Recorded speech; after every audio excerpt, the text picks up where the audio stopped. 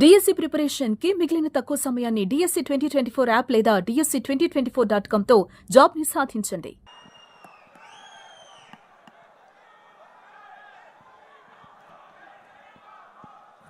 మరోసారి సభా ప్రాంగణానికి ప్రతి ఒక్కరికి కూడా స్వాగతం పలుకుతున్నాం.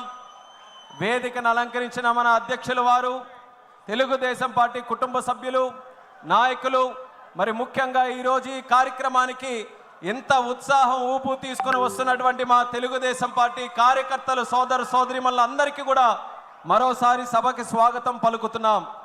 ఇప్పుడే మనం చూసాం, గతంలో కూడా ఎన్నో మహానాడులు చూసాం. గత 40 సంవత్సరాలుగా ఏ మహానాడు జరిగినా, అధికారం ఉన్నా ప్రతిపక్షంలో ఉన్నా సరే వాటిని లెక్క చేయకుండా పిలిచిందే తరువా అన్నట్టుగా ప్రతి ఒక్క కార్యకర్త పసుపు చొక్కా వేసుకుంటూ ఈ యొక్క మహానాడు కార్యక్రమం విజయవంతం చేయడానికి తరతరాలుగా కుటుంబాల వరకు కూడా తెలుగుదేశం పార్టీ వెంట నిలబడి ఈ యొక్క కార్యక్రమాన్ని విజయవంతం చేసినటువంటి ప్రతి ఒక్క కుటుంబానికి, ఆ కార్యకర్తకి, ఆ స్ఫూర్తికి మరొకసారి వేదిక ద్వారా నమస్కారాలు తెలియజేసుకుంటున్నాం.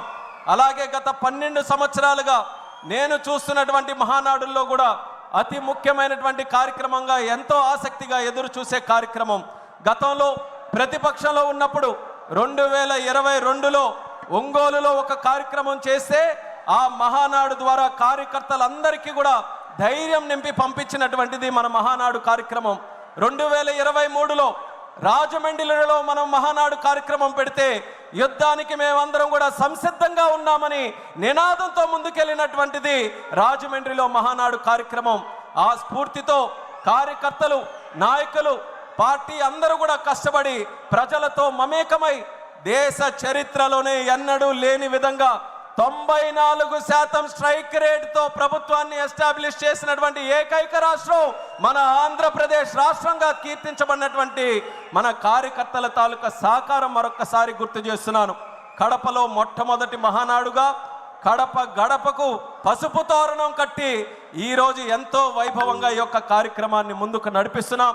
ఇప్పుడే మనం చూసాం, యువ నాయకుడు నారా లోకేష్ అన్న గారు ఒక యువ నాయకుడుగా కార్యకర్తల గుండెల్లో, ప్రజల గుండెల్లో ఒక సుస్థిరమైనటువంటి స్థానం సంపాదించుకొని ఈరోజు ప్రజా నాయకుడిగా ఎదిగి ఆయన తాలూకా ఆలోచనలతో 40 సంవత్సరాలు స్వర్గీయ నందమూరి తారక రామారావు గారి తాలూకా నాయకత్వంలో, నారా చంద్రబాబు నాయుడు గారి నాయకత్వంలో ఈ 40 సంవత్సరాలు తిరుగు లేకుండా పార్టీ ఏ రకంగా ముందుకు నడిచిందో, మరో 40 సంవత్సరాలు కూడా తిరుగు లేకుండా తెలుగు జాతి ఉన్నంతకాలం, సూర్యచంద్రులు ఉన్నంతకాలం తెలుగుదేశం పార్టీ అనుక్షణం ఉండాలనే ఆలోచనతో మరొక 6 శాసనాలని మన అందరికీ కూడా అందించడం జరిగింది మన లోకేష్ అన్న గారు.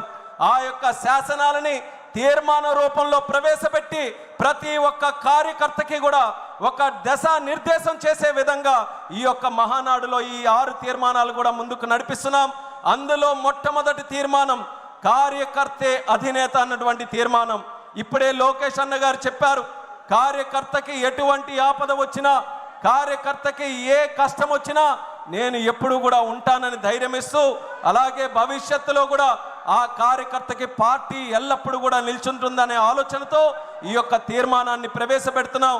ఈ తీర్మానాన్ని ప్రవేశపెట్టవలసిందిగా మన మంత్రివర్యులు, యువ నాయకులు కొల్లు రవీంద్ర గారిని మాట్లాడవలసిందిగా కోరుతున్నాం.